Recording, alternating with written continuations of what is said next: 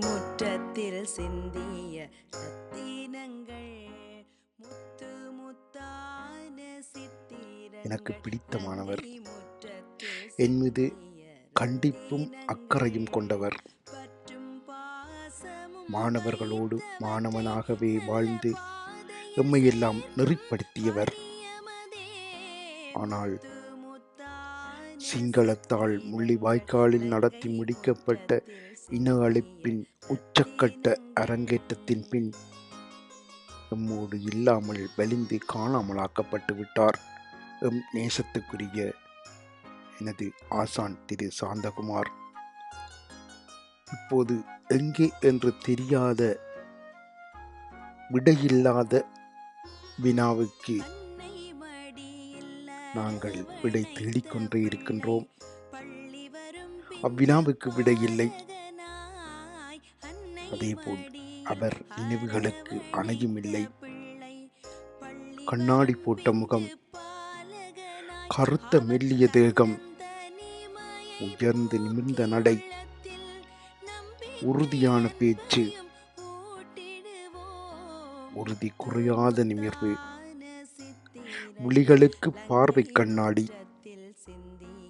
இவ்வாறு வாழ்ந்த அந்த மனிதனை அறியாத மல்லாவி மக்கள் இருக்க முடியாது. யாழ் மாவட்டத்தின் நெய்தல் நிலமான வடமராட்சி கிழக்கின் மருதங்கேணி அவரது வாழ்விடம்.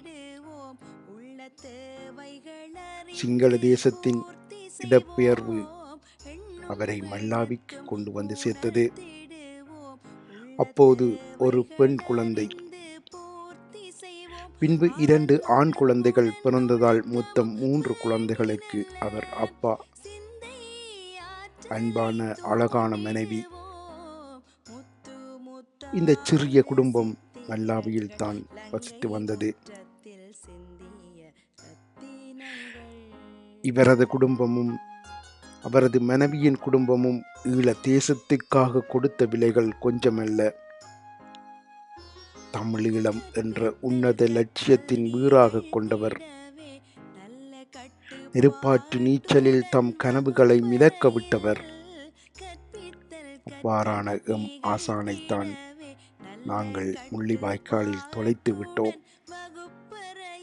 1996 வருடம் யாழ்ப்பாணத்திலிருந்து மல்லாவிக்கு இடம்பெயர்ந்து யோகபுரம் மகா வித்தியாலயத்தில் கல்விக்காக இணைந்ததிலிருந்து எங்கே இருந்தாலும் அடிக்கடி சந்தித்து கொண்டு எங்கள் அன்பு உறவை பேணிய என் ஆசான் இன்று எங்கே? விடை தெரியவில்லை. நாங்கள் தேடிக்கொண்டே இருக்கின்றோம். அக்கேள்விக்கான விடையையும் அவரையும் தேடிக்கொண்டே இருக்கின்றோம். பள்ளிக்கூடத்தில் மற்ற ஆசிரியர்களின் அடிக்கு பயமோ இல்லையோ, சாந்தகுமார் என்ற இந்த அன்பாளனின் பேச்சுக்கும் அடிக்கும் நாங்கள் பயப்படாத நாட்கள் இல்லை.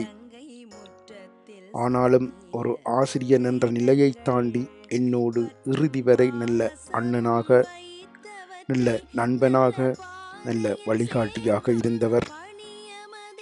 அவர் மட்டுமல்ல, அவரது மனைவி பிள்ளைகளும் நல்ல அன்பையும் பாசத்தையும் இன்று வரை காட்டி வருவது என் மனதிற்கு நிறைவே.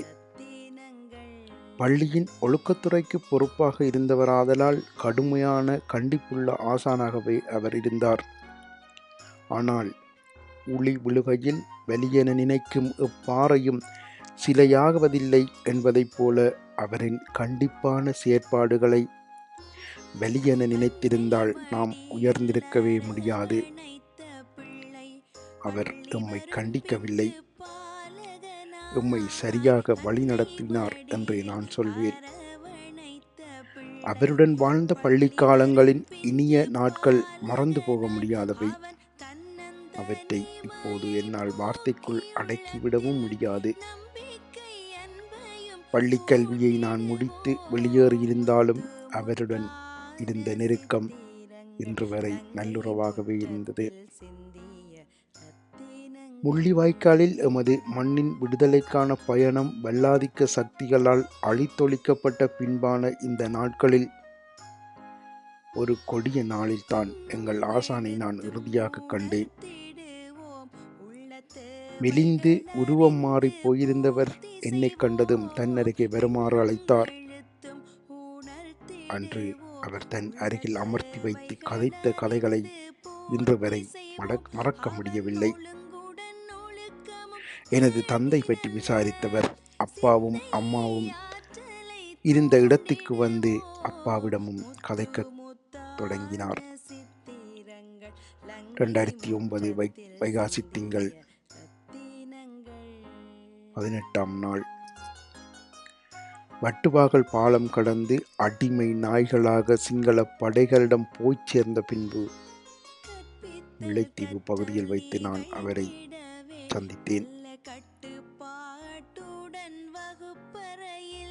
அதாவது இராணுவ கட்டுப்பாட்டு பகுதிக்குள் வைத்து 2009 வைகாசி திங்கள் 20ஆம் நாள் நான் அவரை சந்தித்தேன். இதற்கு மஞ்சாத மனிதன், எப்போதும் நேர்கொண்ட பார்வையும் நிமிர்ந்த நடையும் கொண்ட மனிதன் அன்று சோர்ந்து போய் அடையாளம் காண இயலாத நிலையில் தன் அடையாளத்தை தொலைத்துவிட்டு கதைத்துக் கொண்டிருந்தார். யாருக்கு என்ன நடக்கும், இவரை யார் வந்து கைது செய்வான் என்பதை யாருமே அறியாத பொல்லாத பொழுதுகளை கொண்டது அன்றைய நாள். அனைத்தையும் இழந்து திரு நாய்களாக வெட்டை வெளியில் நாங்கள் வானத்தை பார்த்தபடி கிடந்த கொடுமையான நாள். அதனால் அவர் எனக்கும் நான் அவருக்கும் சில வார்த்தைகளால் ஆற்றுகைப்படுத்த முயன்றோமே தவிர நாங்கள் யாருமே எதையும் செய்ய முடியாத சூழலில் இருப்பதை தெளிவாக உணர்ந்திருந்தோம். கிட்டத்தட்ட ஒரு மணித்தியாலமாக பலவற்றை பேசினோம். அதன்பின் அவர் எம்மை விட்டு பிரிந்து போகப் போவதாக கூறினார்.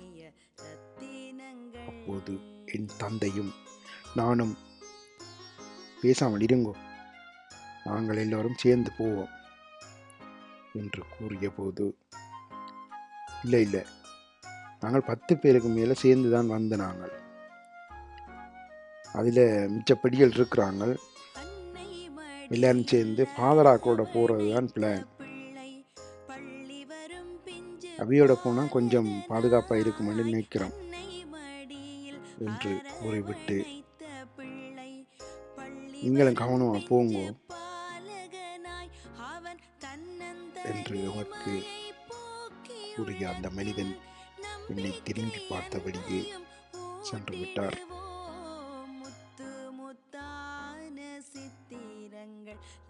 11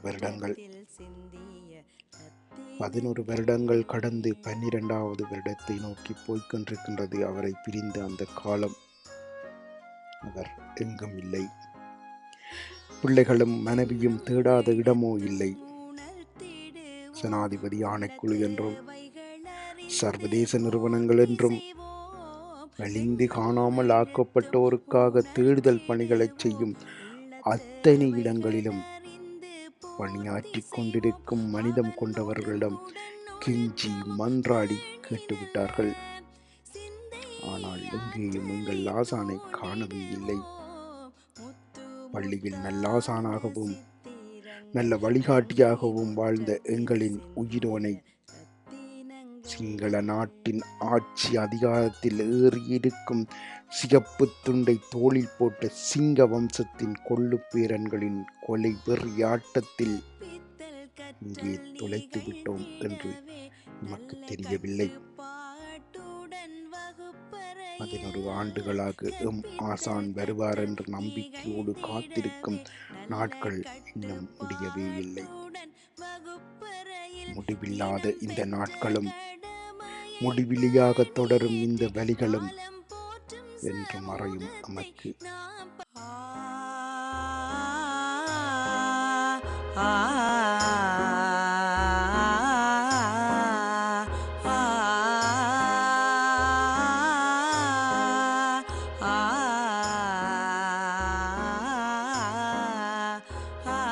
முத்து முத்தான சித்திரங்கள் லங்கை முற்றத்தில் சிந்திய